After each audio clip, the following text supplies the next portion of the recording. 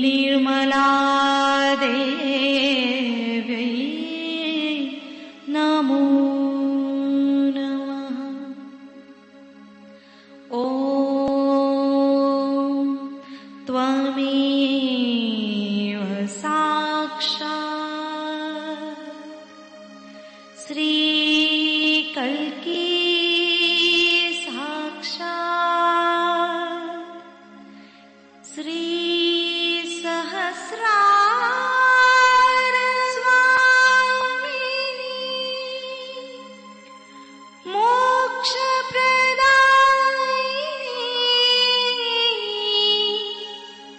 माताजी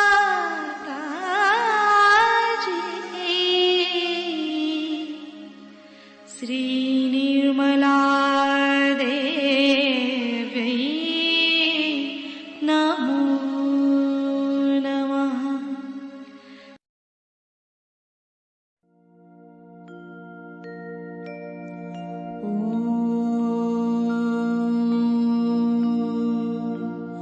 तमेव साक्षात् श्रीगणेश साक्षात् श्री आदिशक्ति माताजी श्री निर्मला देवै नमो नमः।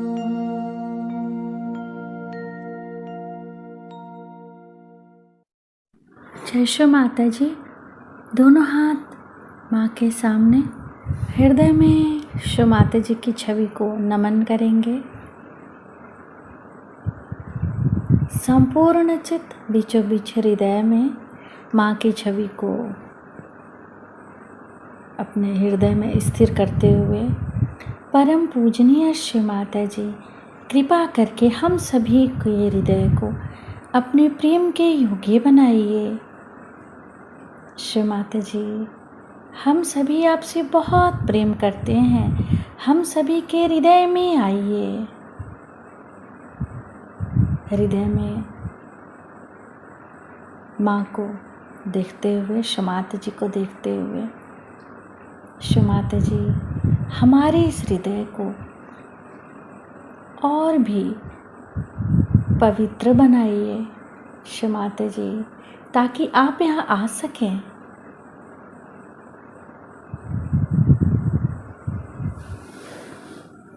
धीरे धीरे अपने संपूर्ण चित्त को दोनों हाथों पे, एक एक अंगुलियों पे, श्री माता जी हम सबको क्षमा कर दीजिए, हम सभी अज्ञानी हैं।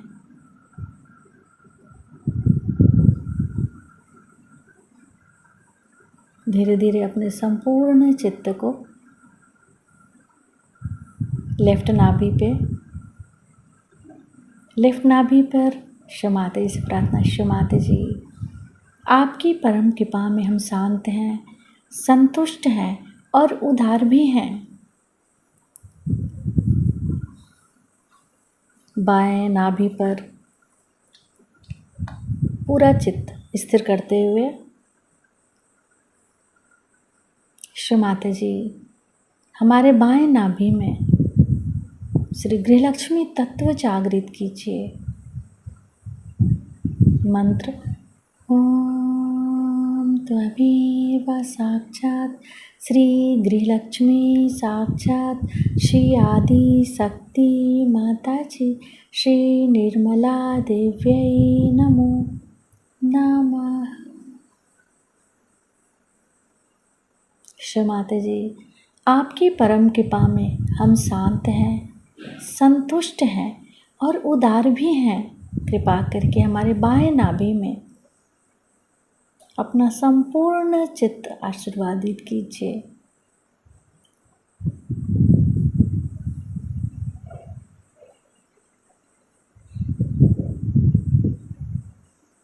बाएं नाभि पर ही अपने संपूर्ण चित्त को रखते हुए क्लॉकवाइज घुमाएंगे चित्त को।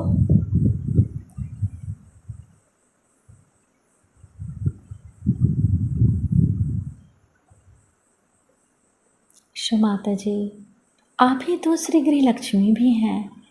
कृपा करके हमारे बाएं नाभि में जागृत हो जाइए। धीरे धीरे अपने संपूर्ण चित्त राइट हार्ट पे, फिर लेफ्ट विशुद्धि,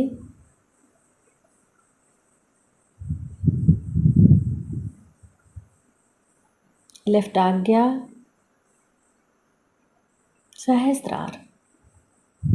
सहस्त्रार पर माँ से प्रार्थना, शो माता जी, हम आपकी अमृतवाणी को सुन सकें, ऐसी कृपा कीजिए। 3S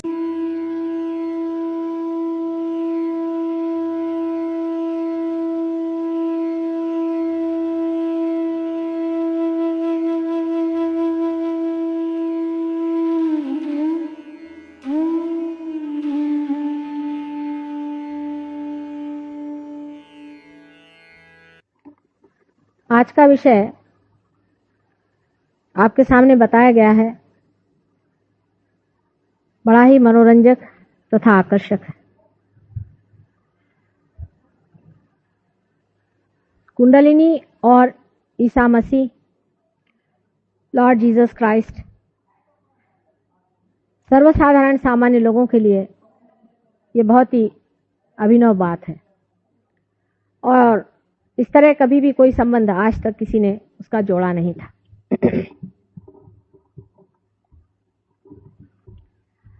इसका कारण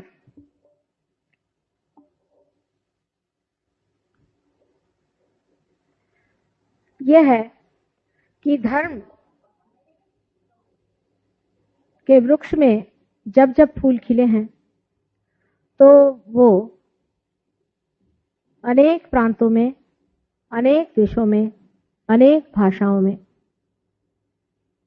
सुगंधित रहे, लेकिन उनका संबंध आपस में क्या बना रहा वो सिर्फ वृक्ष ही जान सकता है।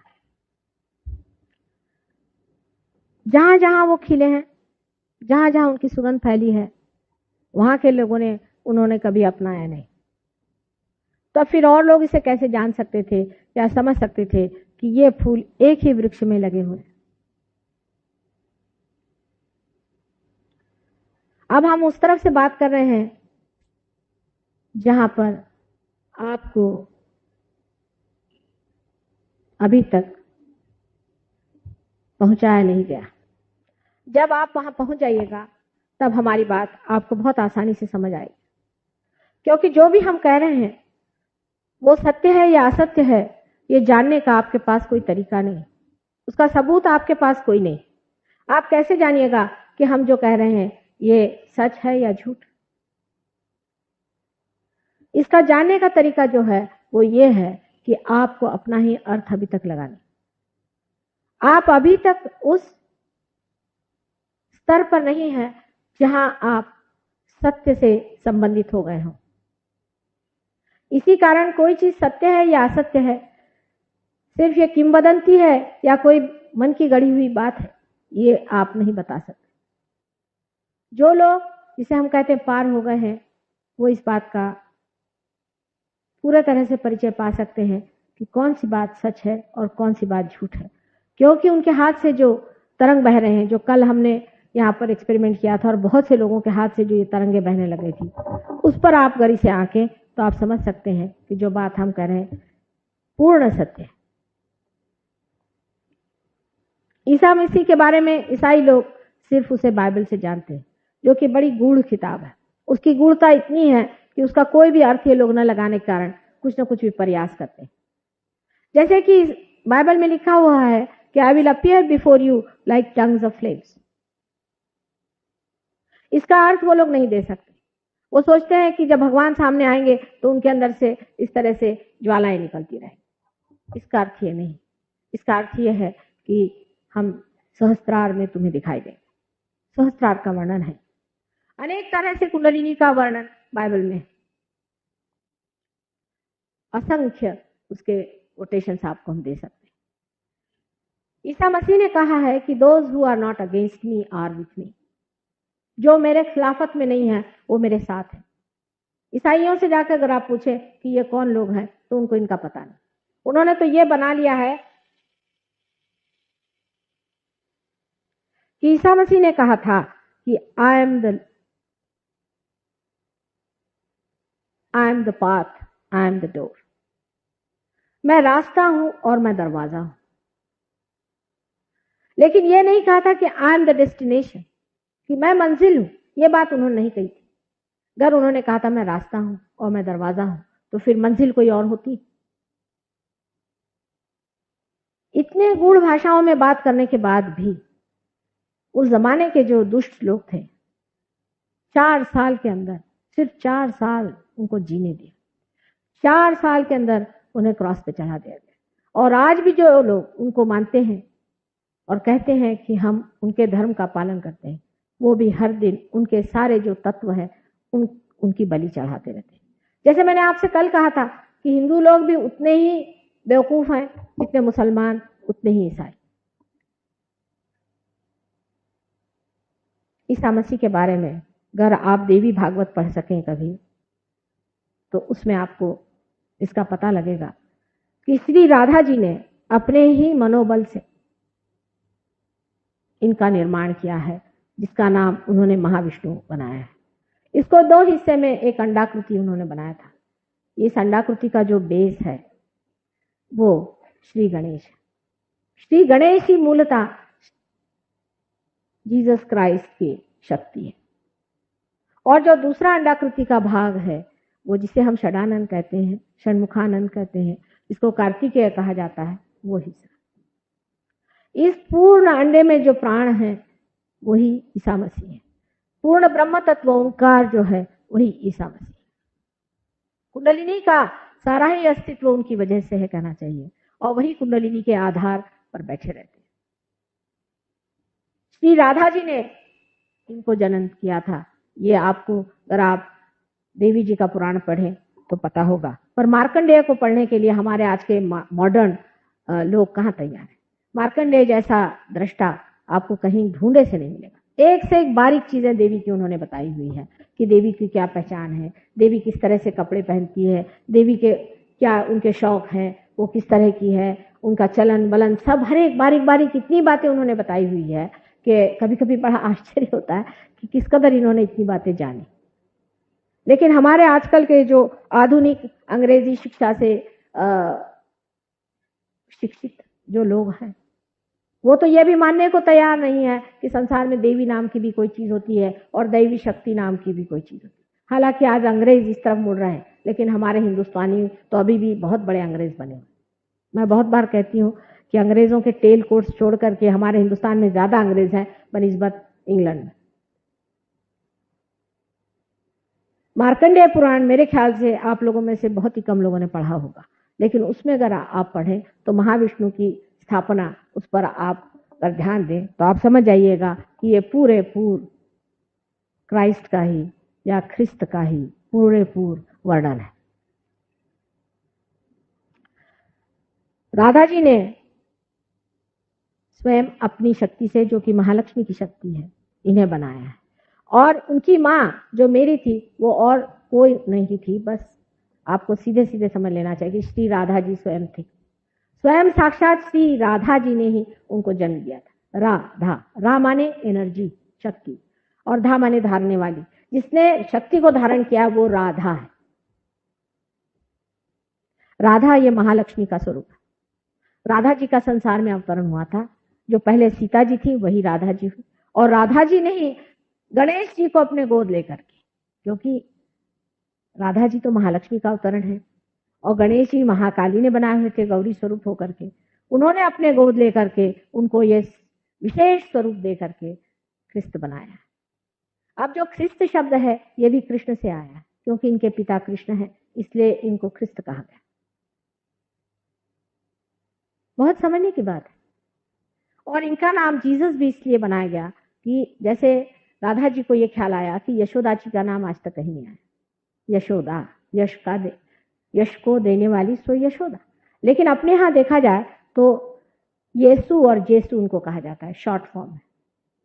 अगर किसी का नाम यशोदा होगा तो उसे यशोदा येसु येसु पुकारते हैं, और अगर यूपी में वगैरह अगर यशोदा नाम चले तो उसे जस्सू कहते हैं। वही जस्सू नाम इनका उन्होंने दिया था। इस प्रकार जीसस क्राइस्ट ये नाम तैयार हुआ। अब हिंदू लोगों को लगता है कि जीसस क्राइस्ट तो फिर हमारे आदमी हो गए, पर आप हिंदू हैं क्या? आप भारतीय भी नहीं है। और हिंदुत्व का मतलब कोई चीज को लेकर झगड़ा करना हिंदुत्व नहीं होता। हिंदुत्व तो शक्ति के पुजारियों को माना जाता है, और जो शक्ति से प्लावित है, जो शक्ति से संस्कारित है, उन्हीं को हिंदू माना चाहिए। जिनके अंदर अभी तक शक्ति जागरूक नहीं है उन्हें हिंदू नहीं मानना चाहिए।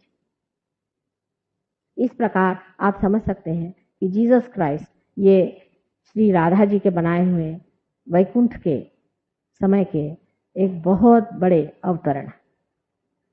इनके बारे में ये वर्णन है कि राधा जी ने इनको बनाया, उसमें से फिर उनके दो हिस्से किए गए। एक हिस्सा तो उन्होंने इसी तरह से छोड़ दिया जो श्री गणेश का हिस्सा था, और जो दूसरा हिस्सा था उसी को विशेष रूप दे करके उस अंडे को उन्होंने एक बालक का रूप दे दिया। फिर ये बालक बहुत सालों तक रोता रहा। उसको अपने पिता की याद आई। जब उसके पिता ने उसे देखा, मतलब श्री कृष्ण ने जब उन्हें देखा तो उन्होंने उसको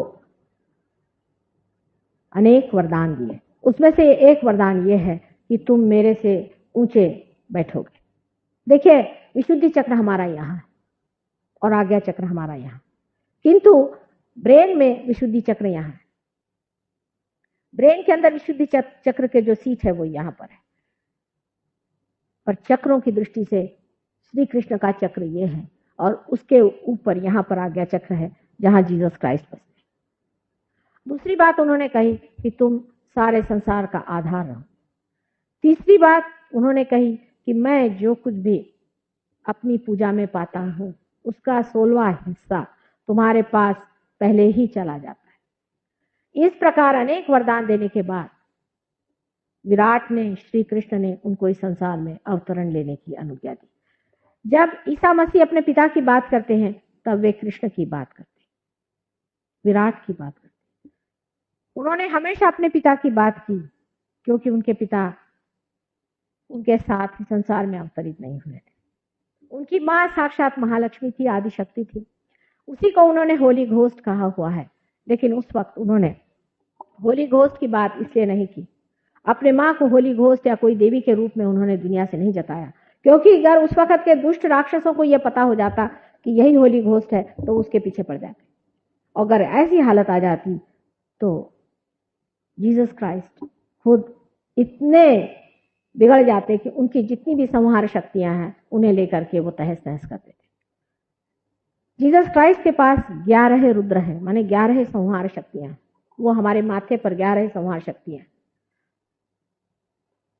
ये 11 संहार शक्तियां जब कल की अवतरण होगा, जिसके बारे में मैं कल बताने वाली हूं, तब पूरी तरह से इस संसार का जो भी कुछ संहार का कार्य है वो करें।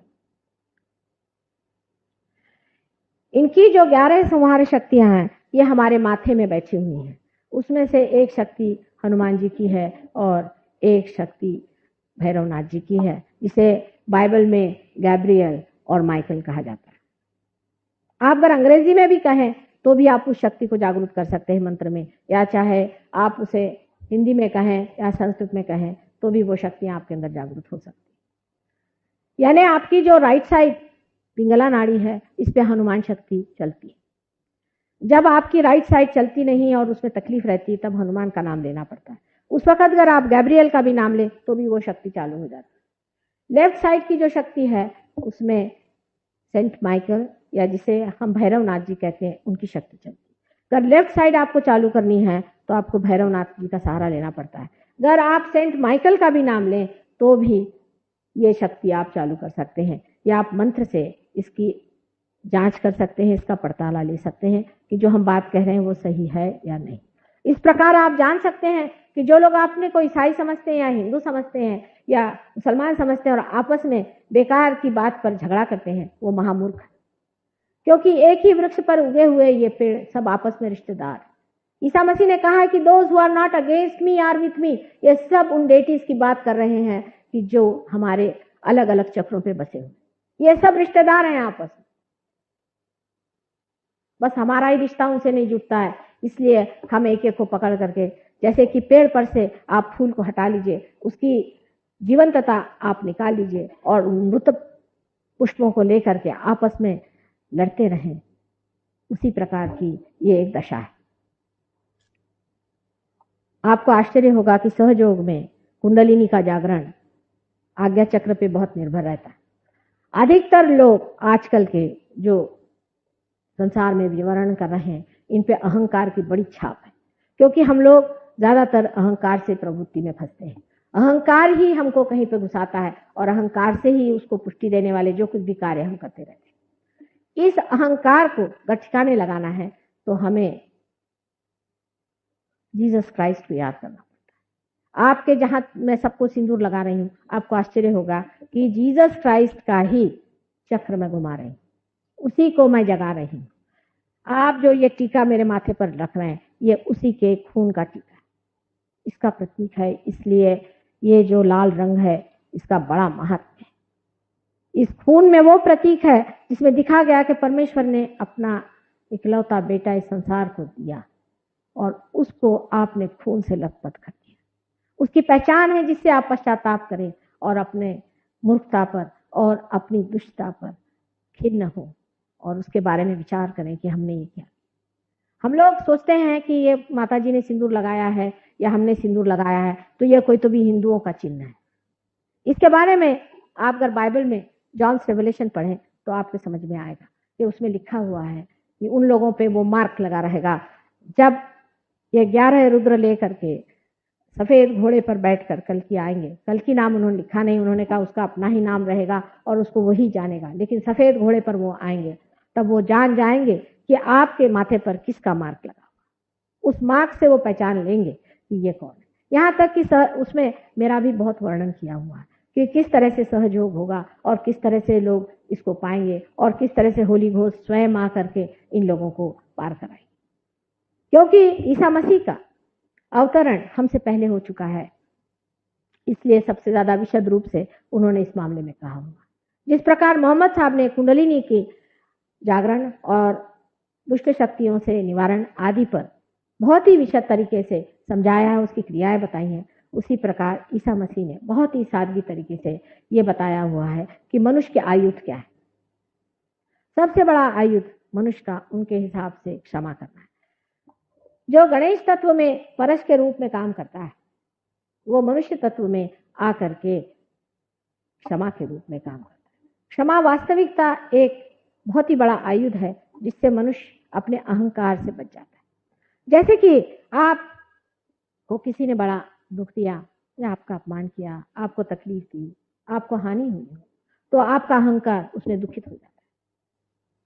उस वक्त आप अगर उसके प्रति कोई भी ऐसी भावना मन में रखें या इस तरह से आप सोचें कि इस आदमी ने हमारे साथ ये ज्यादती की और रात दिन उसी के बारे में आप सोचते रहें, तो इस तरह के बेकार के चिंतन से आपको बहुत तकलीफ होगी और पूरी समय वो आदमी कार्यान्वित रहेगा, हालांकि वो इस चीज को भूल गया हो और उसका कोई भी असर आप पर न रहा हो, लेकिन आप उस बात को याद कर करके बार बार अपने को दुखी करते रहेंगे और उसके ही हाथों में खेलते रहेंगे। और जब हम कहते हैं कि सबको क्षमा कर दीजिए, सबको क्षमा करना ही मनुष्य का परम साधन है, तब हम करते भी क्या? ये भी एक बड़ा भारी असत्य है कि हम क्षमा करते हैं तो क्या करते हैं, एक मिथ है। क्या करते हैं? किसी को आपने कहा हमने क्षमा कर दिया, क्या किया आपने? कुछ नहीं किया, आपने अपने ही को बचा लिया है दूसरे के तकलीफ से और दूसरे के चिंतन से। जब तक आप उस आदमी का दुखदायी चिंतन करते रहेंगे, आप स्वयं दुखी रहेंगे। इसलिए क्षमा करना हमारा एक बड़ा ही सीधा सरल साधन है जिससे हम अपने को दूसरों के आतंकों से बचा लेते हैं। ये एक बड़ा भारी साधन ईसा मसीह ने दिया। ईसा मसीह के पास वो शक्तियां हैं, मैंने आपसे कहा कि जिसमें 11 रुद्र बसे हुए, लेकिन उन्होंने अपने को क्रॉस पे टांग लिया, क्रूस पे टांग लिया। किस लिए टांगा उन्होंने अपने को क्रॉस पर? जब उनके पास सब शक्तियां थी, वो सबको हनन कर सकते थे और सबको खत्म कर सकते, और साक्षात जहां उनके साथ आदिशक्ति उनकी माँ रोती हुई खड़ी हुई थी, उससे बर्दाश्त नहीं हुआ, क्योंकि आखिर मनुष्य जन्म में थी उसे बर्दाश्त नहीं हो कि सारी शक्तियां मेरे में निहित होते हुए भी मेरे बच्चे को इन लोग क्रॉस पे चढ़ा रहे हैं और मुझे आज ये नाटक दिखाने के लिए यहाँ खड़ा होना है। वास्तविक बात यह है कि ऐसे लोग कोई ना दुख झेलते हैं ना कोई सुख में लपटते हैं। इनके लिए सारा खेल है और नाटक है, ये सिर्फ खेल खेलते हैं। और आकर के संसार में उन्होंने क्रॉस पे चढ़ के ये दिखाया कि कितने बड़े महामूर्ख लोग थे जिन्होंने उनको सूली पर चढ़ाया। इसीलिए वो गधे पे सवारी करते थे और इसका मतलब यह है कि उनकी सवारी हमेशा गधे पे ही रही। इसका सीधा प्रत्यंतर यह है कि जब आप में सर में दर्द हो, बहुत ज्यादा तकलीफ हो, पीड़ा हो, तब आप ये कहें कि हमने सबको क्षमा कर दिया। आप कोई दवा मत लीजिए, कोई आप उस पर इलाज मत करिए, सिर्फ आप करिए कि सब दुनिया के जितने भी लोग हैं जिन्होंने हमें सताया या जिस आज तक सताते रहे, सबको हमने क्षमा कर दिया। आप देखिए आपका सर दर्द चला जाए। विशेषकर सहयोगी जो कि इस कुंडलिनी शक्ति से प्रज्वलित हैं, उनके लिए तो इतने जल्दी काम होता है क्योंकि आपके अंदर क्षमा स्वरूप जो ईसा मसीह है वो जागृत हो गए। अब देखिए कि इनकी जो जगह है आज्ञा चक्र पे है। आज्ञा चक्र हमारे अंदर जो ऑप्टिक चाइज्मा है, जहां हमारी आंखों की दोनों नर्व्स क्रॉस करती हैं, उस जगह बीचों बीच एक पॉइंट है। अभी इतना सूक्ष्म है कि डॉक्टर लोग इसे नहीं देख सकते, लेकिन वहां पर एक बड़ा ही सूक्ष्म सा दरवाजा है। इसीलिए उन्होंने कहा था कि आई एम द डोर। ये इतना अति सूक्ष्म दरवाजा है कि इससे अंदर से गुजरने के लिए ईसा मसीह जैसे व्यक्ति को इस संसार में आकर के गुजरना पड़ा, क्योंकि हमारे अहंकार की वजह से हमने उनको मारा, क्योंकि हम बर्दाश्त नहीं कर पाए कि कोई इंसान भगवान बन के कैसे आया है। कोई इंसान बन करके कहता है कि मैं भगवान हूं, ये मनुष्य बर्दाश्त नहीं कर पाता है और इसीलिए उसने उसको मारा था। उन्होंने कौन सी बुराई की थी?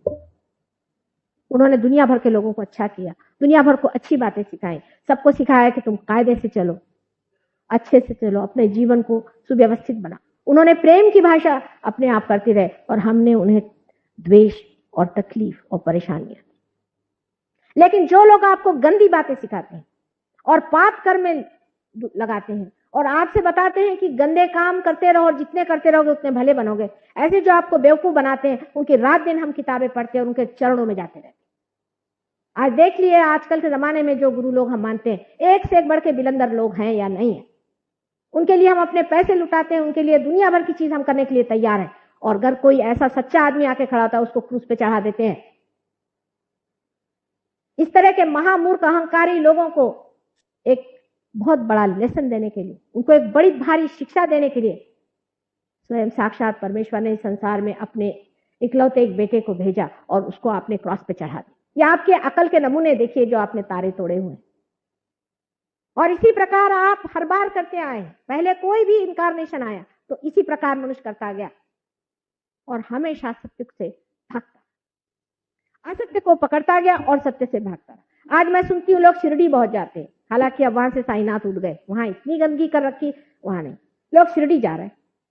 शिरडी इसलिए क्योंकि आज साईनाथ यहाँ मौजूद नहीं है। जब शिरडी के साईनाथ थे तो उनको खाने को नहीं था। आज सब लोग शिरडी में जाएंगे, क्यों? क्योंकि मर गए हैं तो ठीक ही है, क्योंकि अब शिरडी साईनाथ तो हमारे गले में बंध गए। हमारे शिरडी साईनाथ आपके कहां से हो गए? ये मनुष्य की महामूर्खता जो है कि जो मर गया उसके पीछे दौड़ना, इस महामूर्खता और इस अहंकार के लिए ही ईसा मसीह ने अपने को बलिदान दिया। और आज भी मनुष्य उसी मूर्खता में बहा जा रहा है। जो साक्षात है, जो सामने है, प्रमाण है, उसे छोड़ करके और ऐसी चीज के पीछे दौड़ता है जो मर गया, खत्म हो चुका और आज उसका स्थान कहीं और। आपने देखा है कि बहुत से शिरडी के यहाँ पे भक्त आए थे, उनसे पूछा गया कि पूछो साक्षात माता जी आप शिरडीनाथ हैं, तो उनके अंदर वाइब्रेशंस आए। सही बात। जब भी कोई इनकारनेशन आया तब उससे अगर पूछा जाता तो आपको इसका उत्तर मिल जाता, लेकिन जब भी कोई आया तो आप पिछला जो मरा हुआ उसे लिए बैठे रहे और उसी के सहारे चले, क्योंकि आज वो जिंदा नहीं है, इसलिए अच्छा है हमारे हाथ में। जैसे ज्ञानेश्वर जी की मैंने आपको किस्सा सुना कि ज्ञानेश्वर जी का यहाँ बड़ा भारी मंदिर बनाया हुआ। हमने कहा कि हमें मनन करने दीजिए। उन्होंने कहा कि नहीं साहब, यहाँ आप डिंडी कर, यहाँ नाचिए आप। मैंने कहा वो करते थे क्या? ये जो सामने तुमने मूर्ति बना के रखी हुई है ये क्या करते? तो कहने लगे कि इनकी बात और, ये तो कोई विशेष थे। और मैंने कहा तुम तुम क्या दिंडी करने के लिए पैदा हुए? जिंदगी भर में ही मनन करने के लिए उन्होंने कहा है, परमात्मा को पाने के लिए कहा है। अविद्या का जो कारण है, मूल कारण है, आपके अंदर प्रकाश नहीं, इसके लिए कहा है, उसको करो। तुम ये क्यों करें? नहीं नहीं माता जी आपकी बात ठीक है, लेकिन ये तो यहाँ नहीं हो सकता। हमने कहा अगर वो आज यहाँ होते तो हम उनसे बात करते, हम तुमसे कहाँ पड़ गए तुम्हारे पास। उन्होंने हमें मनन नहीं करने दी, ना मेडिटेशन सिखाने दिया, ना कुछ करने का, नहीं यही करें। तो जो गत है उसे मनुष्य क्यों पकड़ता है? उसके अहंकार, क्योंकि उससे अहंकार जो है वो द्विगुणित होता है। भाई हम फलाने के शिष्य हैं, फलाने, लेकिन जो साक्षात प्रमाण सामने खड़ा है उसको अगर आप नहीं लीजिएगा तो आपका पेट कैसे भरने वाला है? आपकी पूर्ति क्या होने वाली? इसको तो आप सोचिए। कभी कभी अपना स्वार्थ भी सोचना चाहिए, माने अपने स्वकार सोचना चाहिए। गंगा जी आज यहां से बह रही है, आप अभी वहीं गए हैं पानी लेने, जहां गंगा जी नहीं है वहां बैठे, भाई हम गंगा जी में बैठे हुए, इस तरह की बात आप कर रहे हैं। आज जो साक्षात आपके सामने प्रमाण है उससे आप स्वीकार करें। यही हालत ईसा मसीह के समय में हुई थी। उन्होंने कुंडलिनी जागरण के अनेक प्रयत्न किए, लेकिन वो इतने विफल रहे। उन्होंने कुल 21 आदमियों को क्योर किया। हालांकि अब सहयोग में हजारों लोग क्योर हो रहे हैं, वो हजारों को कर सकते थे, लेकिन उनके जितने शिष्य थे वो भी महागधे थे, वो भी किसी काम के नहीं थे।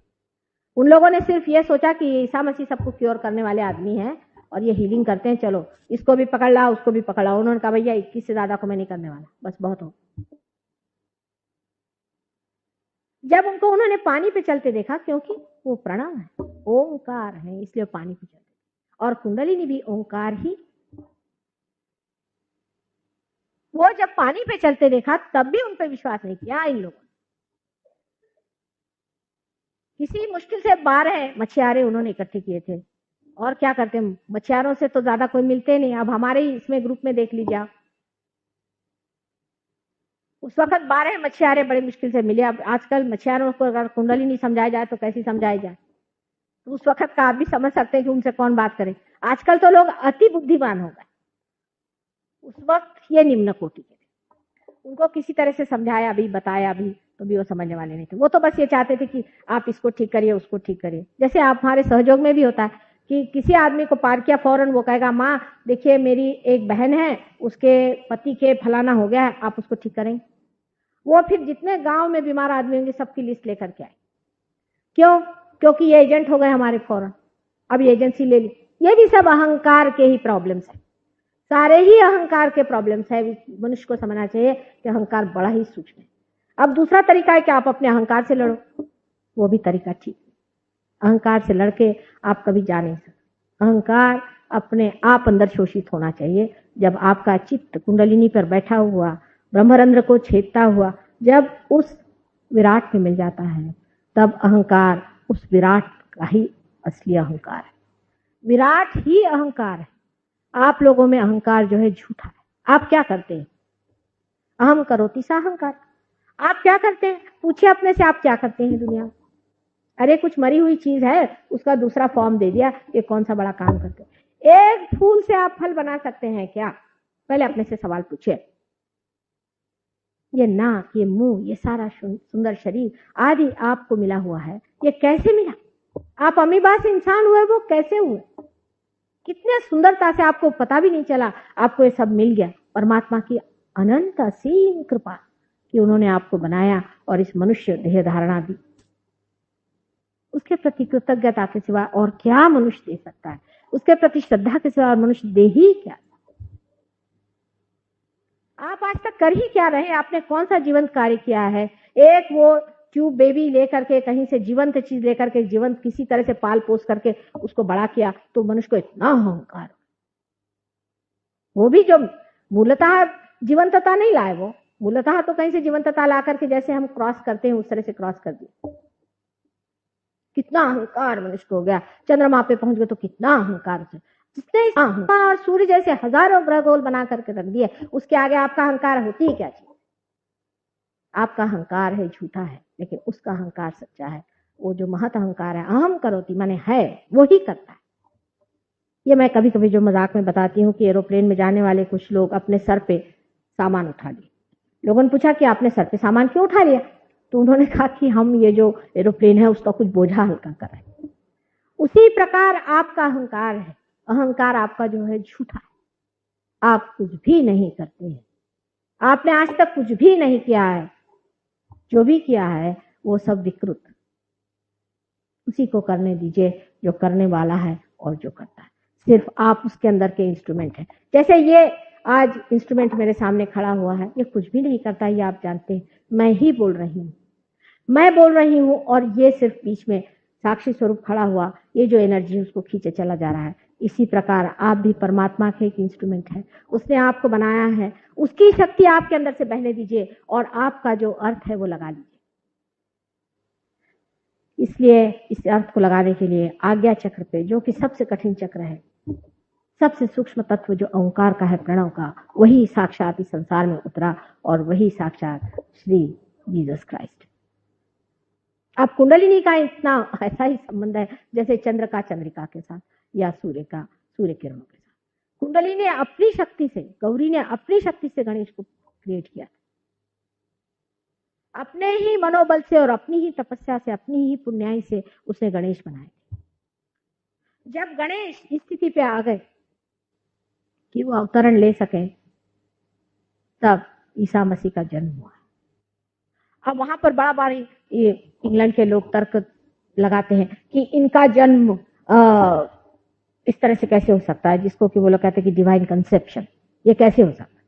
मैं कहती हूँ इन मनुष्यों को कितना समझ में आता है, कितनी बात समझ में आती है। क्या वो कभी सोचते भी है कि किसी बी में अंकुर कैसे फूटता है, आप श्वास कैसे लेते हैं, आपका चलन वलन कैसे होता है, आपके ब्रेन में एनर्जी कहाँ से आती है, आप किस तरह से इस संसार में आए हैं, ये सबका किसी का आपने निदान लगाया है। पृथ्वी के अंदर में, भूगर्भ में, आप कहते हैं कि इसमें गुरुत्वाकर्षण शक्ति है, लेकिन वो कहाँ से आई, इस पर जरा विचार करें आप।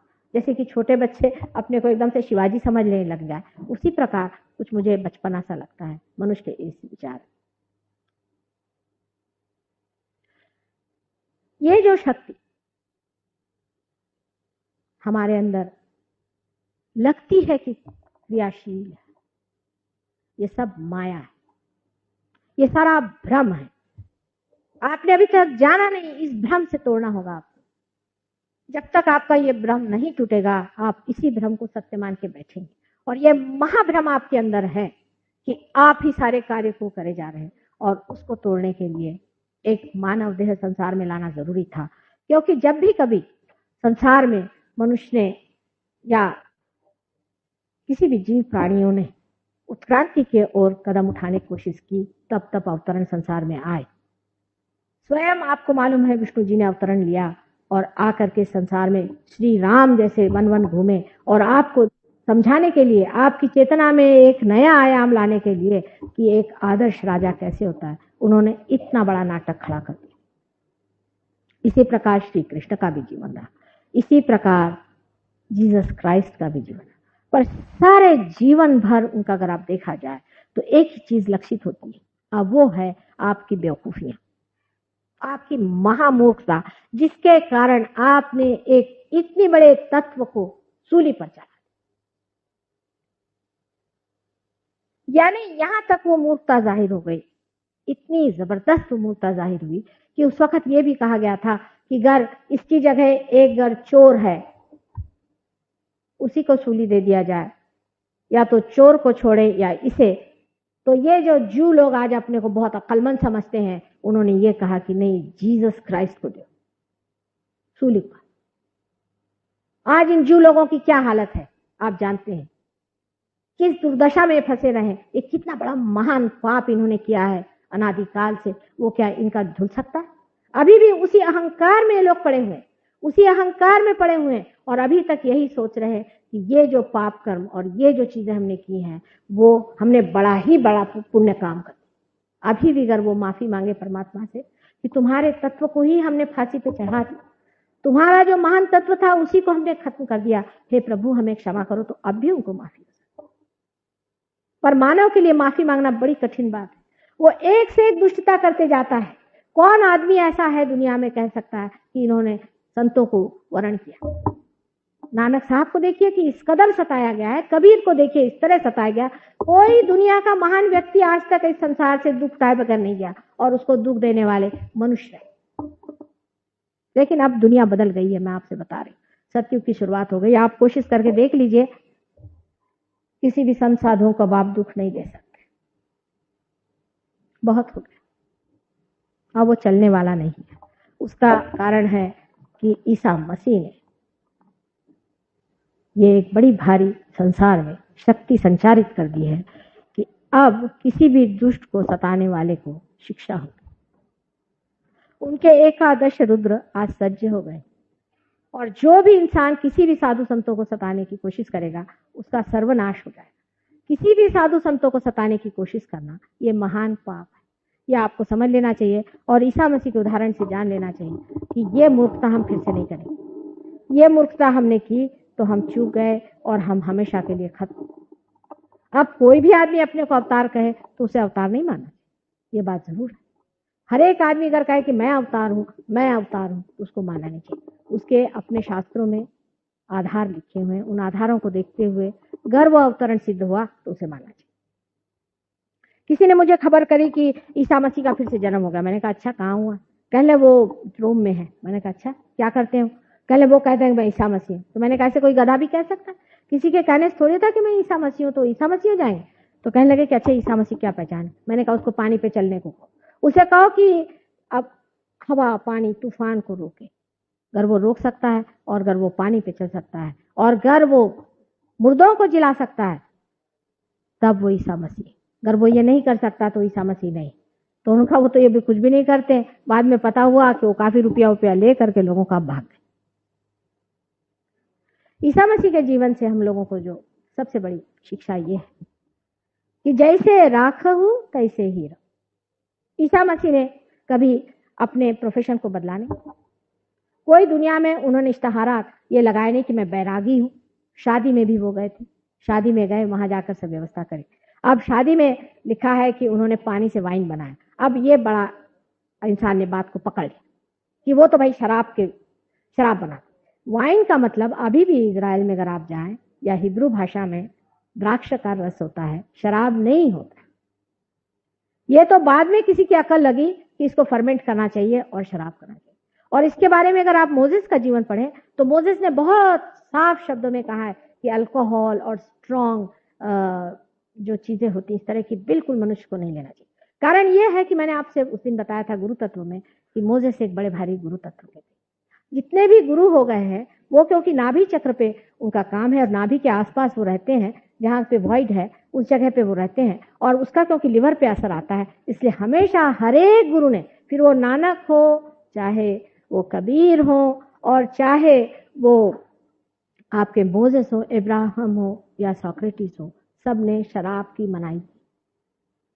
क्योंकि उनका तत्व यह है, जिसका जो कार्य है वो करता है। गुरुओं का कार्य यह है कि आपको धर्म में स्थापना करना, इसलिए उन्होंने शराब की मनाही। और जिनका कार्य दूसरा है, जैसे ईसा मसीह का जो कार्य था वो था आपके आज्ञा चक्र को खोलना, आपके अहंकार को तोड़ना, वो कार्य उन्होंने किया। जो मेरा कार्य है वो मुझे करना है कि आपकी कुंडलिनी जागृत करनी है और आपकी कुंडलिनी को सहस्त्रार में तोड़ना है।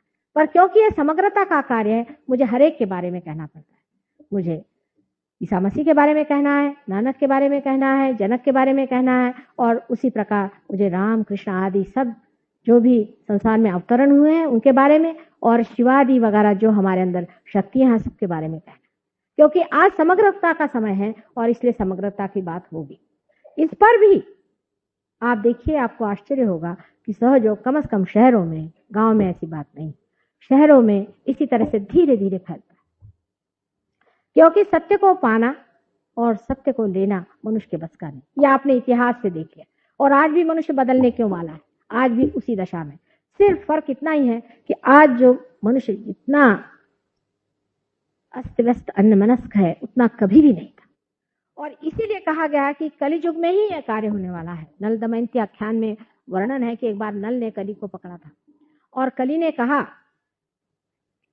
कि भाई तू मुझे अगर मार डालना चाहे तो मार डाल, लेकिन तू मेरी महिमा पहले सुन ले, मेरा एक महात्म्य है उसे तू सुन ले। तो उसने कहा तेरा क्या महात्म्य है कली? तो कली ने कहा मेरा ये महात्म्य है कि आज जो गिरी कंदरों में बड़े बड़े साधु सन्यासी आदि लोग मुझे परमात्मा को खोजते फिर रहे हैं, वो कलियुग में ही इसे पाएंगे और बहुत बड़े तादाद में इसे पाएंगे, और इसका सारा जो कुछ भी न्याय है, जजमेंट है, वो कलियुग में होगा। सहज योग यही लास्ट जजमेंट है, जिसको कि बाइबल में कहते हैं कि the last judgment of the truth. Sahaja Yoga में आने के बाद में ही आपका न्याय होता है कि आप ट्रुथ पे खड़े हैं या नहीं, लेकिन उस पर स्थिर होना चाहिए। अगर आदमी उस पर स्थिर नहीं हुआ तो फिर डिग जाएगा, क्योंकि ये सत्य पाने पर भी उस पर टिकना मनुष्य के लिए कठिन होता है। बहुत से लोग मुझसे पूछते हैं कि माँ हम कब स्थिर हो गए, कब हमें मानना चाहिए कि हम स्थिर हो गए। ये तो ऐसा ही सवाल है जैसे कि एक पानी में से निकल के आप नाव में चले गए। अच्छा, अब आप कब स्थिर हुए? जब आपको लगा कि आप स्थिर हो। आप अगर साइकिल चला रहे हैं, शुरू में तो आप डगडगा रहे हैं, आप कब स्थिर हो गए? जब आपको लगा कि आप स्थिर हो गए। ये तो आप ही को अपना न्याय करने का है कि आप स्थिर हो गए या नहीं हो गए। जब आप स्थिर हो जाते हैं तब निर्विकल्पता आपके अंदर स्थापित हो जाती है। जिस वक्त हमारी कुंडलिनी आज्ञा चक्र से नीचे आती है तब तक हम निर्विचारिता में नहीं आ सकते। जो पहला समाधि का स्थान है निर्विचारिता, वो स्थापित नहीं होता। जैसे ही कुंडलिनी इस आज्ञा चक्र को लांघ जाती है, यानी ईसा मसीह ने जो दरवाजा हमारे लिए खोल दिया, जहां की ईसा मसीह का ही नाम लेने से, उन्हीं की लॉर्ड्स प्रेयर कहने से ही ये आज्ञा चक्र खुलता है, और वो खुलने के बाद हम निर्विचारिता के क्षेत्र में, माने डेस्टिनेशन, इसे कहना चाहिए कि परमात्मा के साम्राज्य में चले जाते हैं, जो कि लिम्बिक एरिया हमारे ब्रेन में है। उसमें यह सातों चक्र और भी जो उप चक्र हैं सारे विराजमान हैं। जब तक मनुष्य उस स्थिति में नहीं जाता तब तक उसके अंदर निर्विचारिता भी स्थापित है। आज्ञा चक्र की खराबी होने का सबसे बड़ा कारण है आंखें। आंखों को मनुष्य को बहुत संभाल के रखना चाहिए। आंख बड़ी भारी महत्वपूर्ण चीज। दूसरा उसका कारण है माथे का टिकाना। इसीलिए ईसा मसीह ने कहा था कि किसी के सामने माथा नहीं टिका, क्योंकि किसी के सामने माथा टिकाने का मतलब है न जाने आप किसके सामने अपना सारा जो कुछ कमाया हुआ वो खोने वाले हैं, न जाने किस चोर के सामने अपना माथा टिकाएंगे। इसलिए उन्होंने कहा किसी के सामने माथा टिकाने की जरूरत है। आप जानते हैं कि सहज योग में भी मैं हमेशा कहती हूँ कि जब मैंने आपको कुछ दिया नहीं, आप मेरे पैर पे क्यों आ रहे हैं? लेकिन अपने महाराष्ट्र में खासकर दर्शन लेने की बड़ी बीमारी है। अगर किसी से आप कह दीजिए कि भाई एक गांव में हम गए थे, वहां करीबन कोई 5-6 हजार लोग थे, तो मैंने कहा बाबा इतने लोग पैर पे आएंगे तो बहुत टाइम लगेगा। जरा कहा कि पैर पे नहीं आइए, दर्शन नहीं लेना, तो सब लोग रूठ गए कि माता जी हमसे क्या नाराज हो गए, हमें पैर पे क्यों नहीं लेते। उस आदमी के सामने अपना माथा झुकना चाहिए जो साक्षात परमेश्वर का प्रतिनिधि है। ऐसे वैसे अरे गहरे नत्थों के सामने अपना माथा नहीं झुकना। ये बहुत ही महत्वपूर्ण बात है। जैसे ही अपना माथा आप गलत जगह झुकाते हैं, आपका माथा उल्टा हो जाता है। और इसी कारण आप जानते हैं कि ज्यादातर आजकल के लोगों का आज्ञा चक्र खराब रहता है। अगर आपका माथा किसी गुरुजनों के सामने नहीं झुका है, किसी महान पुरुषों के सामने नहीं झुका है आपका माथा, और अगर ऐसी जगह झुका है जो कि गलत लोग हैं, कोई गलत गुरु है, तो आपका आज्ञा चक्र खराब जाएगा। आंखों की जितनी भी बीमारियां होती हैं, उसमें से बहुत सी बीमारियां इस कारण होती हैं क्योंकि हम अपना जो आज्ञा चक्र का तत्व है उसे नहीं समझते। आज्ञा चक्र का मुख्य तत्व यह है कि मनुष्य को अत्यंत पवित्र चीजें पढ़नी चाहिए। जो कुछ अपवित्र है उसे नहीं पढ़ना चाहिए। लोग कहते हैं उसमें क्या है, हम वहां चले गए, अब हमको तो सभी से बात करनी पड़ती है, हमारा धंधा ऐसा, तो आपकी आंखें भी खराब हुई। जो चीजों से आपकी आंखें खराब होती हैं वो चीज आप क्यों पढ़ते? गलत आदमियों की तरफ देखने से भी अपनी आंखें खराब हो जाती हैं। कल मैंने आपसे बताया था कि ईसा मसीह ने एक कहा था कि आपसे कहा है कि thou shalt not commit adultery, but I tell you thou shalt not have adulterous eye. ये बड़े जोर के साथ उन्होंने कहा कि आंख में अगर एडल्ट्री है तो आपकी आंखें कमजोर हो जाए। इसका यह मतलब नहीं कि अगर आपने चश्मा लगाया तो आप गलत आदमी। किस उम्र के बाद तो चश्मा लगाना ही पड़ता है, ये तो जीवन का नियम ही है। लेकिन आंखें खराब होने में बहुत सारे कारण होते हैं, उसमें से ये भी एक कारण है। अब बहुत से लोग हैं उनका चित्त जो है वो पूरी समय क्षिप्त रहता है, यूं इस तरह से दौड़ते रहता है। वो 1 मिनट भी अपनी आंख स्टेडी नहीं रख सकते, पूरी समय आंख यूं यूं यूं यूं चलती रहेगी, और उनको ये भी नहीं पता चलता कि वो आंख क्यों घुमा रहे हैं। बार बार इधर देखेंगे उधर देखेंगे, क्या देख रहे हैं परमात्मा? आंख पे जो सबसे बड़ा असर आता है वो आता है आपकी कार्य पद्धति का। समझ लीजिए आप अति कार्य करते हो, बहुत ज्यादा आप काम में लगे हो, अति करने, हालांकि आप अच्छा ही काम कर रहे हैं, बुरा काम नहीं कर रहे हैं, अच्छा ही काम कर रहे हैं, ऐसा बुरा काम नहीं है जो अपवित्र काम है, और पवित्र भी नहीं है, एक न्यूट्रल काम आप कर रहे हैं। लेकिन आप बहुत घर काम करते हैं और बहुत आप पढ़ते हैं और बहुत सिलाई करते हैं और बहुत आप वाचन करते हैं और बहुत आप सोचते हैं, तब भी आपकी आंखें खराब हो जाती। इसका कारण यह है कि जब आप अति कर्म करते हैं तो आप परमात्मा को भूल जाते हैं, आपका ईश्वर प्रणिधान बैठा हुआ नहीं, आप ईसा मसीह को भूल जाते। वो पढ़े लिखे नहीं, उन्होंने एक अक्षर भी नहीं पढ़ा हुआ, वो एक भी स्कूल में नहीं गए थे, वो एक कॉलेज में भी नहीं गए थे, ना उन्होंने कभी कोई शिक्षक देखा था, लेकिन आज उनके नाम से यूनिवर्सिटीज खोली हुई हैं, बड़े बड़े उनके थियोलॉजिकल कॉलेजेस बने हुए हैं, और वहाँ थियोलॉजिकल कॉलेज में प्रोफेसर बना बना करके बड़े बड़े चर्चेस बना लिए। उन चर्चेस में ये सब, मेरे ख्याल से इनको तो सबको जोकर ही कहना चाहिए, मेरे को तो जोकर ही लगते हैं, क्योंकि जो आदमी ग्रेजुएट होता है परमात्मा का वो तो ठीक है, लेकिन जिन्होंने कोई ग्रेजुएशन ही नहीं करा, जिन्होंने परमात्मा से कोई दीक्षा ही नहीं पाई, वो अपने बड़े बड़े आपस में तामझाम लगा करके और सोचते हैं कि वाह हम कितने बड़े आदमी हैं, और बड़े सीरियसली वो चले जाते हैं, यानी बड़े बेवकूफ जोकर्स हैं। जब आपके अंदर अभी तक आत्म साक्षात्कार भी नहीं हुआ, जब आपके अंदर अभी तक ज्ञान की रेखा भी नहीं आई, जब आपके अंदर प्रकाश भी नहीं आया, तब आप इस तरह का ढोंग और ढकोसला क्यों करते? आप इस तरह से बन के घूमते हैं कि जैसे कोई आप बहुत बड़े महात्मा है, और आप उसमें इलेक्शन होते हैं। आपने अभी पोप के इलेक्शन के बारे में पढ़ा है, क्या क्या दुनिया में ढोंग और ढकोसले होते हैं। उसको देख देख करके हमारे जैसे इंसान को ये लगता है कि हे परमात्मा, वो ईसा मसीह को कभी ये समझ पाएंगे या नहीं। पहले तो उन्होंने क्रूसीफाई किया, और अब आप उनका मजाक बना रहे हैं, उनका नाटक बना रहे हैं। हमारे यहाँ भी ऐसे बहुत से जो शंकराचार्य बन के घूम रहे हैं, वो भी हमारे यहाँ बड़े बड़े, आजकल मैंने सुना एक शंकराचार्य जी सोने का अपने मुकुट बना रहे हैं और सोने का वो बड़ा भारी छत्र बना रहे हैं, क्योंकि उन्होंने सोचा कि पोप के पास है तो मेरे पास क्यों नहीं। वो ऐसा छत्र सर पे ढक से गिरेगा कि ठिकाने लग जाएंगे सारे शंकराचार्य। जो आदि शंकराचार्य थे उनके पास में इतना भी पैसा नहीं था कि अपने माँ के शव को जलाएं, और आज ये जो शंकराचार्य हैं ये अपनी संपत्तियां जोड़ रहे हैं, पैसा जोड़ रहे हैं, और हम लोग जो अपने को बड़े अक्लमंद समझते हैं और उस शंकराचार्य से हम लोग दीक्षित हैं, वो लोग आज इन लोगों के पेट भर रहे हैं। अब कुंडलिनी का संबंधी कहाँ यहाँ आता है बताइए। कुंडलिनी जो है ये अत्यंत पवित्र और सत्य चीज, ये ढकोसलेबाजी या कोई दुकान चलाना नहीं है, ये अत्यंत सत्य है। और इसके सत्य को आप आंक नहीं सकते जब तक आप स्वयं सत्य में उतरे। बाह्य से आप इसको आंक नहीं सकते।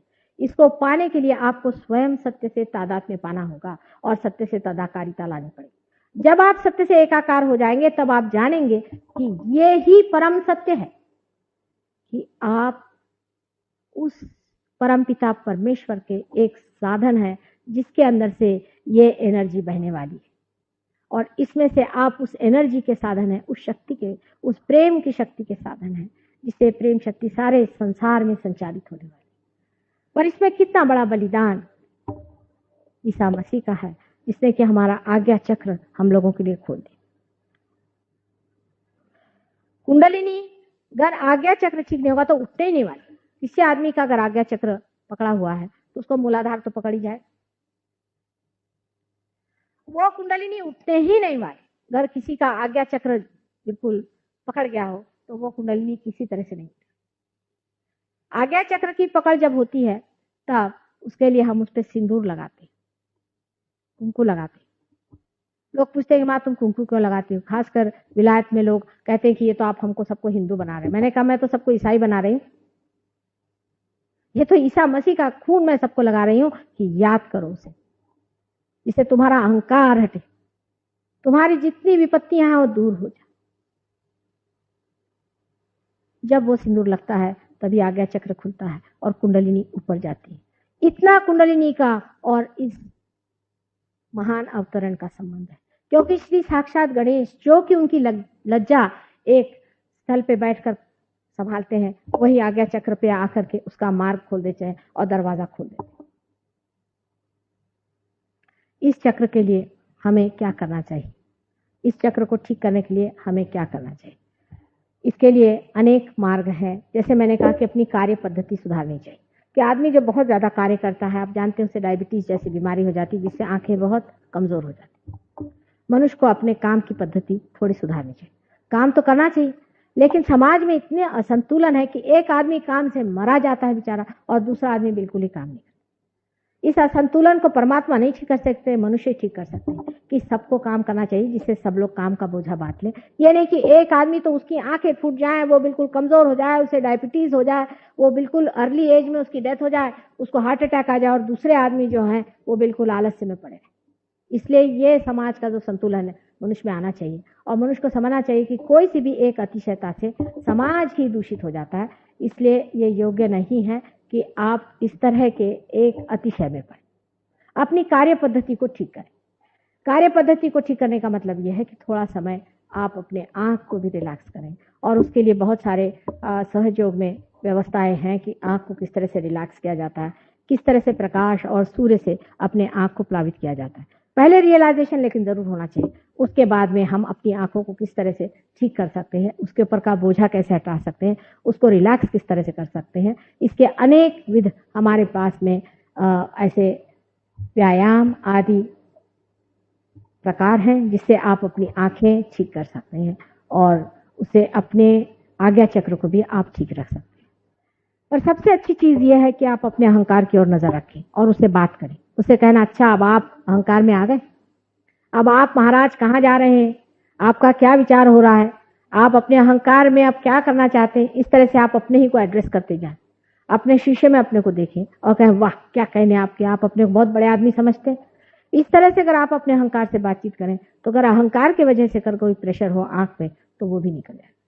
अब दूसरी साइड जो है आज्ञा चक्र की पीछे की, जिसे कि हम ईसा मसीह का पिछला हिस्सा कहें या महागणेश उसे कहते हैं, कि जब गणेश महागणेश हो गए तभी वो ईसा मसीह की तरह से आए हुए हैं, और ईसा मसीह बीचों बीच होते हैं और उसके चारों तरफ ये 11 रुद्रों का राज्य है। ईसा मसीह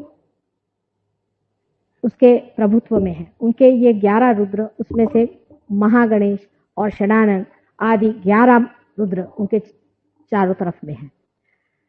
अब जिस वक्त में आप आंखें बंद करते हैं और कुंडलिनी जागृत होती है, तब आप देख नहीं पाते कि अंदर क्या हो रहा है, पर अगर आप आंखें खुली रखें तो हो सकता है आपको 1 मिनट ऐसे लगे कि आंखें जो विस्फारित हो रही हैं और आप एकदम अंधेरा सा आपके सामने आ, क्योंकि डायलेटेशन ऑफ द प्यूपिल होती है। जब आपकी कुंडलिनी ऊपर जागृत होती है तब आपके अंदर डायलेटेशन ऑफ द प्यूपिल हो जाती है और रिलैक्स हो जाती है प्यूपिल्स, और ये पैरासिम्पैथेटिक का काम है। ये आप अगर रियलाइजेशन के बाद भी देखें, और अगर कुंडलिनी अभी तक ब्रह्मरंध्र को छेद न दे, ऐसे आदमी की अगर आप पुतलियां देखें तो इतनी बड़ी बड़ी काली काली दिखाई देती, लेकिन अगर कुंडलिनी छेद जाए तो आंख में एक तरह की चमक आ जाती है।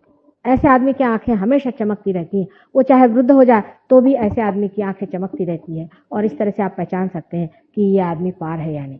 राक्षसों की आंखें आप पहचानते कैसे? राक्षसों की आंखें बिल्कुल बिल्ली जैसी थी। आपने बिल्ली की आंखें कभी देखी हैं कि नहीं पता नहीं, पर बिल्ली की आंख में उसका जो ये सफेद रेटिना जो होता है वो छोटा होते होते एकदम एक उसकी जो बीच की जो प्यूपिल होती है वो एकदम छोटी होकर के एकदम लुप्त हो जाती।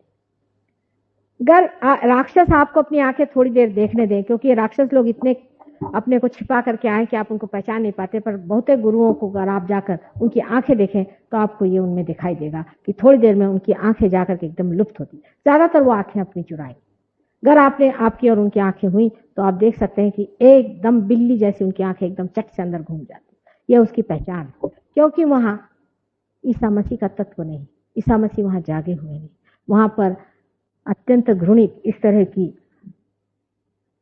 विचारणा और मंत्रणा होती रहती है, और इस वजह से वो आपसे डरते हैं। बहुत से ऐसे भी लोग होंगे कि जिनको आप छुइए तो उनको शॉर्ट सर्किट हो जाएगा, धड़ से नीचे गिर जाए। बहुत से ऐसे भी प्रेतात्माएं हैं जो कि संसार में विचरण कर रहे हैं, अपने को गुरु कहते हैं, अगर उनको आप हार पहना जाए तो आप पे हार फेंक देंगे, वो आपको छूने नहीं देंगे, आपका हार भी वो नहीं पहन सकते। इतने निम्न स्तर के लोग हैं, उनका शॉर्ट सर्किट हो जाता है।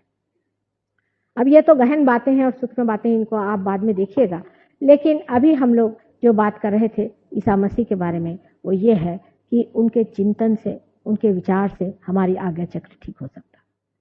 लेकिन उनका चिंतन वो नहीं कि जिन्होंने उनके बारे में इस तरह की मनहूस प्रणालियां बना दी। अगर आप कहीं देखिए तो ईसा मसीह को दिखाते हैं कि दुबले पतले मरगिल्ले, कहीं से पता नहीं जैसे कोई टीबी पेशेंट उठा के लाए। ये कोई तरीका है ईसा मसीह का चित्र बनाने का? मेरे ख्याल से जो चित्रकार है वह स्वयं में ही इस तरह से मरगिल्ले है, इसलिए उनके इस तरह के चित्र बना करके उनको लटका देते हैं दीनहीन स्थिति। वो अत्यंत बलशाली और बड़े तेजस्वी पुरुष थे और दिखने में इतने सुंदर और तेजस्विता उनके अंदर थी, और वो बहुत पुष्ट रुष्ट पुष्ट आदमी थे, और ना तो बहुत ऊंचे थे ना बहुत शॉर्ट थे, लेकिन एक साधारणता, एक अच्छे हाइट के आदमी थे, और अत्यंत उनमें तेजस्विता थी, और बदन और उनके अंदर बाहुबल बहुत ज्यादा था। जो आदमी इतना बड़ा क्रॉस अपने हाथ से उठा के ले जा सकता है, वो क्या इस तरह का मरगिल्ला आदमी हो सकता है? जिस तरह के लोग पिक्चर बना करके घुमाते हैं और उसके फोटो सारे संसार में बिकते हैं और लोग सोचते हैं वाह वाह वाह वाह क्या ईसा मसीह का चित्र बना हुआ। ये उनका सरासर अपमान है। सिर्फ एक रूबेंस राम के जो बड़े भारी आर्टिस्ट हो गए हैं, जिनको कि मैंने स्वयं उनके घर में भी जा करके ईसा मसीह का ascent and descent of Christ नाम का जो बड़ा मशहूर पेंटिंग है वो देखा है, उन्होंने इस मामले पर बड़ी अच्छी तरीके से इसको उन्होंने उभारा है, और ईसा मसीह को अत्यंत रुष्ट पृष्ठ और बहुत ही आनंदी जीव बनाया हो। क्योंकि आजकल सारी दुनिया में एकदम हड्डी मारका, लंबी चौड़ी, लंबी सी लड़कियों को ही खूबसूरत माना जाता है, एकदम हड्डी मारका। अगर ऐसे बच्चे देखते हैं तो उनको उल्टी आती देख करके, उस पर भी हील्स पहन करके वो आती है, उनको फर्स्ट प्राइज ब्यूटी में मिलता है। एकदम लंबी, बिल्कुल दुबली पतली, जैसे कि अभी गिर जाएंगी कि मर जाएंगी, वो भी हील्स पे चलती हुई आती है। छोटे बच्चे देखते हैं तो वो कहते बाप रे ये कौन मकड़ी के जाले चले आए। लेकिन आजकल के मॉडर्न आइडियाज इतनी परवर्टेड हो गई हैं कि हमें ऐसे मकड़ी के जाले देखने का शौक है, क्योंकि हम मकड़ी के जाले में फंसे हुए हैं तो हमको मकड़ी के जाल ही अच्छे लगते हैं। पहले जमाने की ब्यूटी के आइडिया ने अभी की, समझ लीजिए कि लियोनार्डो दा विंची कब हुए थे। उनकी पेंटिंग जिसको सारी दुनिया मानती है आज, मोनालिसा की जो पेंटिंग है, आप देखिए कि मोनालिसा एक हृष्ट पृष्ठ औरत है जिसके अंदर अत्यंत सौजन्यमय और अत्यंत पवित्र ऐसा वातावरण, और सारी दुनिया उसे देखने आएगी। पर जब फर्स्ट प्राइज देंगे तो यही 6 फुट 7 इंच वाली ये औरतें जिन्हें इतने हील्स पहने हुए हैं और मरगिल्ली जैसे चली आ रही वहां पर, और अब मरती की कल मरती, ये हालत इनकी, और इनको लोग मानते कि ये ब्यूटी से मनुष्य की कल्पना भी उसकी विकृतता के साथ बदलती गई। और इस तरह के लोगों को जब हमने मान लिया कि हमारे आदर्श हैं, तो रात दिन यही धंधा औरतों को लगा हुआ है कि हम इस तरह से किस तरह से बन जाएं कि इस तरह की हमारी भी मकड़ी जैसी हालत, और उसके लिए मेहनत करेंगी और दौड़ेंगी और ये करेंगी। वास्तविकता इस तरह की औरतें बड़े सरदर्द होती हैं। जिस आदमी के पल्ले पड़ जाए उसको मालूम पड़ता है, ना तो उनमें कोई किसी तरह का माधुर्य होता है, ना उनमें कोई तरह की मिठास होती, ना कोई उनमें बर्दाश्त होती, ना ही वो अपने बच्चों को प्यार कर पाती। लेकिन इस तरह की परवर्टेड आइडियाज हमारे अंदर आ जाती हैं, और ऐसी औरतों को देख करके हमारे अंदर की जो सौंदर्य भावना है इतनी कलुषित हो जाती है कि हर रास्ते पर की स्त्री की ओर हम नजर डालते। अब आपके लिए ऐसा लगता है कि माता जी कहाँ की पुरानी बातें कर रही हैं, लेकिन जो सनातन बातें मैं आपसे कह रही हूँ, ये सनातन शाश्वत बातें कि हर रास्ते पर की चलने की वाले औरत की ओर आप गंदी नजर डालते हैं, यहाँ तक कि एक भी औरत पे डालना महापाप माना गया है। तो आप सोच लीजिए कि रात दिन रास्ते चलते आप कितने पाप कर्म कर रहे हैं।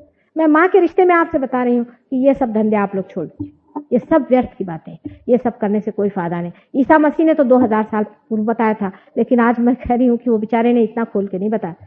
उसने जो भी बताया बड़े जोर से बताया, लेकिन उसको उठा करके आपने चढ़ा दिया सूली पर। एक तो आप मुझे सूली पर चढ़ा नहीं सकते पहली बात, और दूसरी मैं इतनी होशियार हूं कि मैं आपको इस तरह से बताऊंगी कि आपकी खोपड़ी में घुस जाएगी बात, क्योंकि उसने ये नहीं बताया था कि यह काम करने से क्या हो। उसने सिर्फ कहा ये मत करिए, ये गंदी चीज है, adulterous eyes are very very much against your being. लेकिन उसने ये नहीं कहा कि एडल्ट्रस आइज रखने से क्या होता है, उसके दुष्परिणाम क्या होते हैं। रात दिन यही विचार हमारे दिमाग में चलता है, और ये करने से आप क्या बच जाएंगे, आप क्या मनुष्य रहेंगे, आप जानवर से भी बदतर हो जाएंगे, पशु से भी बदतर हो जाएंगे। इसलिए हमारे यहाँ योग शास्त्र में बताया है कि अपनी चित्त वृत्ति का निरोध, उसको रोको, उसको सही रास्ते पे रखना चाहिए, ईश्वर के प्रति उसको नतमस्तक रखना चाहिए, उधर चलना चाहिए। हम लोग योग पे बने हुए हैं, हमारी योग भूमि है, हम लोग अहंकारवादी नहीं, ना हमें होना है। जो लोग अपने अहंकारवादी बनाना चाहते हैं वो अपना इमिग्रेशन लेकर के इंग्लैंड चले जाए, यहाँ रहने की उनको जरूरत नहीं, और इस देश को खराब करने की भी जरूरत नहीं। हम लोगों का अहंकारवादिता नहीं करनी है, हम लोगों को योग भूमि के तरह यहाँ रहना है, और एक दिन वो आएगा जिस दिन हम अपने योग को पाएंगे और हमारी पुण्य भूमि का फल जब हमें मिलेगा तो सारा संसार आपके चरणों में आएगा। उस दिन वो जानेंगे कि ईसा मसीह कहाँ के थे, और उस दिन जानेंगे कि ईसा मसीह को कहाँ असल में वर्ण किया गया है। आज भी अपने भारत भूमि में स्त्री की बहुत इज्जत है, नारी जाति की बहुत इज्जत है, और आज भी माँ को माँ माना जाता है और बहन को बहन माना जाता है। वो यहाँ आकर समझेंगे कि ईसा मसीह का सबसे ज्यादा आदर और अनुसरण इस देश में होता है, न कि उन देश में जो अपने को क्रिश्चियन नेशंस बन के घूमते। आपके लिए जो कुछ भी बताना है वो तो इतना ज्यादा है कि आप जानते हैं, मैंने कहा है कि 500 पेज की किताब लिखी है, उसमें ईसा मसीह पे न जाने कितने पेजेस इस लड़के ने भेजे, क्योंकि ये कैथोलिक था जाति का, और इसलिए इसको काफी उस पर विचार है, और ये खुद ही प्रीस्ट होने के लिए पहले कहीं गया हुआ था, और इस तरह से इसने सब चीजों का बड़ा अन्वेषण किया। और जब इसने समझ लिया कि ईसा मसीह ये हमारे ही अंदर बसे हुए हैं और हमारे ही अंदर है, और जब तक हमारा पुनर्जन्म नहीं होता, ईसा मसीह ने कहा है कि you are to be born again. ये जो बर्थ होता है दूसरा, ये कुंडलिनी के ही मार्ग से होता है, और कुंडलिनी जब तक जागृत नहीं होगी आपका फिर से जन्म नहीं हो सकता। जब तक आपका दूसरा जन्म नहीं होगा तब तक आप परमात्मा को नहीं जानेंगे। आप नए सिरे से बाइबल पढ़ें, पार होने के बाद पढ़ें, आपको आश्चर्य लगेगा कि सारे इसमें सिवाय सहयोग की महती गाने के और ईसा मसीह ने कुछ किया है। उनकी एक एक बात ऐसी है कि जो हम लोग अपने हृदय पे लिख लें, लेकिन जिनके पास आंख नहीं है वो उसे समझ नहीं पाते, उसका भी प्रयास करते और झूठी बातें करते। अब यही उन्होंने अगर बात कही कि I am the path, I am the door, या I am the door, I am the path, इसका मतलब यह है कि हम रास्ता है और हम दरवाजा। ठीक है बात, दरवाजे से तो रास्ता गुजरता है। अब इसका मतलब है कि he is the only one, लगा दिया उसको, चिपक गए, इसके बाद कोई हो ही नहीं सकता। और उसके आश्रित कौन है? ये लोग जो कि जोकर बन के और अपने को ईसाई बन के बैठे। कोई भी आदमी आता है आपको बपतिस्मा दे दी, बपतिस्मा देना ही आपके सहस्त्रार को तोड़ना है। सहस्त्रार को तोड़ना और उसमें से कुंडलिनी को निकाल करके पार करना ही बपतिस्मा है। यानी कुंडलिनी का जो आखिरी काम है वही बपतिस्मा है। और ये लोग जो आपको बपतिस्मा देते रहते हैं चर्च में, इनको क्या अधिकार है बपतिस्मा देने का? ये तो अनधिकार चेष्टा करें।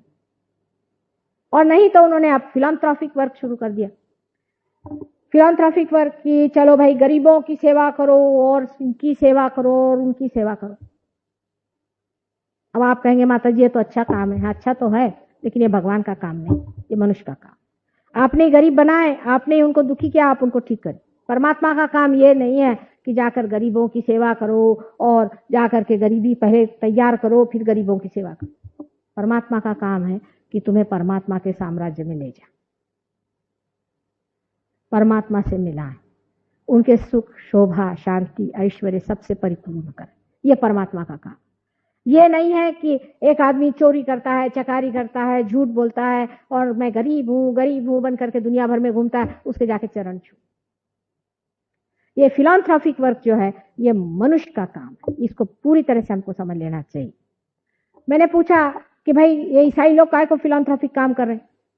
जा गए, वो तो ईसाई बनाने के पीछे में, कहीं आदिवासी लोग बैठे हो वहां पहुंच गए फिलैंथ्रोपिक वर्क करने के लिए। सबको ईसाई बनाते हैं। गधे को तुम कुछ भी बनाओ, ईसाई बनाओ और मुसलमान बनाओ तो गधा बनाओ, वो गधा ही रहेगा। उसके ऊपर में आप सिर्फ वो नंबर बदलने से कुछ फर्क थोड़ी पड़ने वाला है। पर ये बेवकूफ सोचते हैं कि उससे हमारी डेमोक्रेसी बढ़ती, उसका पॉलिटिक्स बना दिया इन लोगों। वो जो भी हो, उनसे आप सीधे पूछे फिलैंथ्रोपी आप क्यों करते? तो उन्होंने उसमें बाइबल का जो उदाहरण दिया वो बड़ा मजेदार है और देखकर आपको पता होगा कितने बेवकूफ लोग होते हैं। उसमें यह उदाहरण दिया उन्होंने कि एक बार जूदा ने, मारी मगदलीनी ने एक तेल, बहुत महंगा तेल खरीदा और वो लाई और ईसा मसीह से कहने लगी कि मैं चाहती हूँ कि तुम्हारे शरीर को मैं इससे मालिश करूँ। तो जूदा ने कहा कि भाई इनके शरीर पर इतना महंगा तेल क्यों तुम वेस्ट कर रही हो, ये तो बेचकर गरीबों को बांट दे। वो थे ना फिलैंथ्रोपिक। उन्होंने अंत में, आपको मालूम है, ईसा मसीह को पकड़वा दिया था। वो भी जो 30 रुपए मिले थे वो भी उन्होंने गरीबों को बांटे हुए। जैसे अपने यहाँ बहुत से ब्लैक मार्केटियर्स हैं, इधर ब्लैक मार्केट करते हैं और वहां जाकर के मंदिर के सामने उठ के रोटियां बांटते हैं, या जाकर के किसी और साधु बाबा को पैसा देते हैं, और इस तरह से वो अपने आत्मा को संतोष करते हैं कि चलो भाई हमने थोड़ा ब्लैक मार्केट किया, लेकिन थोड़ा बहुत तो हमने फिलॉन्थ्रोपिक काम भी तो कर लिया, पुण्य का काम भी कर लिया। तो उसी प्रकार उन्होंने कहा कि ये जो पुअर लोग हैं उनको तुम दे दो, जूड़ा साहब देगा। तो ईसा मसीह ने उस वक्त ये जवाब दिया कि this poor are for ever but I am for a short time. मतलब यह है कि डिवाइन लाइफ जो है वो शॉर्ट टाइम के लिए आई हुई है, उसको देखो, उसका महत्व है। ये पुअर तो हमेशा का ही सरदर्द है। और बहुत रईस लोगों के लिए भी उन्होंने कहा था कि it is easy for a camel to pass through the nose of an eagle, but it is an impossibility for a rich man to go enter into the kingdom of God. ये दोनों extremes को उन्होंने through out अपने life में बताया कि ये दोनों एक्सट्रीम्स को आप खत्म करें। और ईसाई लोग इस एक्सट्रीम पे तो भी है, नहीं तो उस एक्सट्रीम पे तो भी। अब वो फिलॉन्थ्रोपिक काम करें, अपने यहाँ भी बहुत से लोगों ने उनको देखे मिशन खड़े करें, और इस मिशन से जो लोग आते हैं पार नहीं होते, वो कहते हैं माँ हम तो इतना मिशन का काम करें। हाँ करो, सरकारी तौर से करो, प्राइवेट तौर से करो। आप इसको कहो कि ये सार्वजनिक कार्य है, सबको अच्छाई है, इसके लिए यहाँ बहुत से नाम भी है, सोशल वर्क कहो इसे। लेकिन परमात्मा का ये कार्य नहीं, मिसअप्रोप्रिएशन करने की कोई जरूरत नहीं। परमात्मा का कार्य तो अबाधित बहता है। जैसे अब लोग कहेंगे माँ अभी तो लोगों की बीमारी ठीक करते हैं, हम कुछ करते धरते थोड़ी है, वो तो ठीक हो जाते हैं अपने आप। हम कुंडलिनी को जागरूक करते ठीक हो जाते। हम कोई उसका कार्य नहीं कर रहे हैं कि हम जाकर के कहीं अस्पताल में पहुंचे, वहां 25 बीमारों को ले आओ, उनको ठीक करो। ये तो अपने आप ही घटित हो जाता है, क्योंकि ये हमारे अंदर से बहने वाला जो प्यार है उससे कोई ठीक हो जाता हो जाए। ईसा मसीह ने भी लोगों को ठीक किया था, क्योंकि उसके अंदर से बहने वाली जो एनर्जी थी उससे लोग ठीक हो गए। लेकिन वो जाकर के किसी की चरण सेवा वहां करने बैठे नहीं थे। इस बात को पूरी तरह से मनुष्य को समझ लेना चाहिए। जो गलतियां इन लोगों ने की है वो आप लोग मत करिए। आपका कार्य है कि आप स्वयं आत्म साक्षात्कार प्राप्त करें। आत्म साक्षात्कार प्राप्त करने के बाद आपके अंदर ये सब शक्तियां स्वयं जागृत हो जाती। माने आप किसी की बीमारी ठीक कर सकते हैं। हमारे यहाँ बहुतों ने कैंसर तक ठीक किया, सही बात, इसमें कोई झूठ नहीं। कैंसर सिर्फ सहयोग से ही ठीक हो सकता है, ये भी बात सही। अभी यहाँ जिन्होंने मेरे गले में हार डाला था, ये देवी जी ने 50 लोगों को ठीक किया। मैंने उससे कहा छोड़, तू क्यों करती इनको ठीक? क्योंकि वो करते करते फिर उनके दिमाग में ये आया कि ये लोग तो किसी काम के नहीं, ठीक होने के बाद चले गए। ये तो परमात्मा को खोजते नहीं। इनको तो ये है कि परमात्मा का उपयोग सिर्फ इसलिए करें कि हमारी बीमारी ठीक हो जाए। इनको ये नहीं है कि परमात्मा को पाया जाए।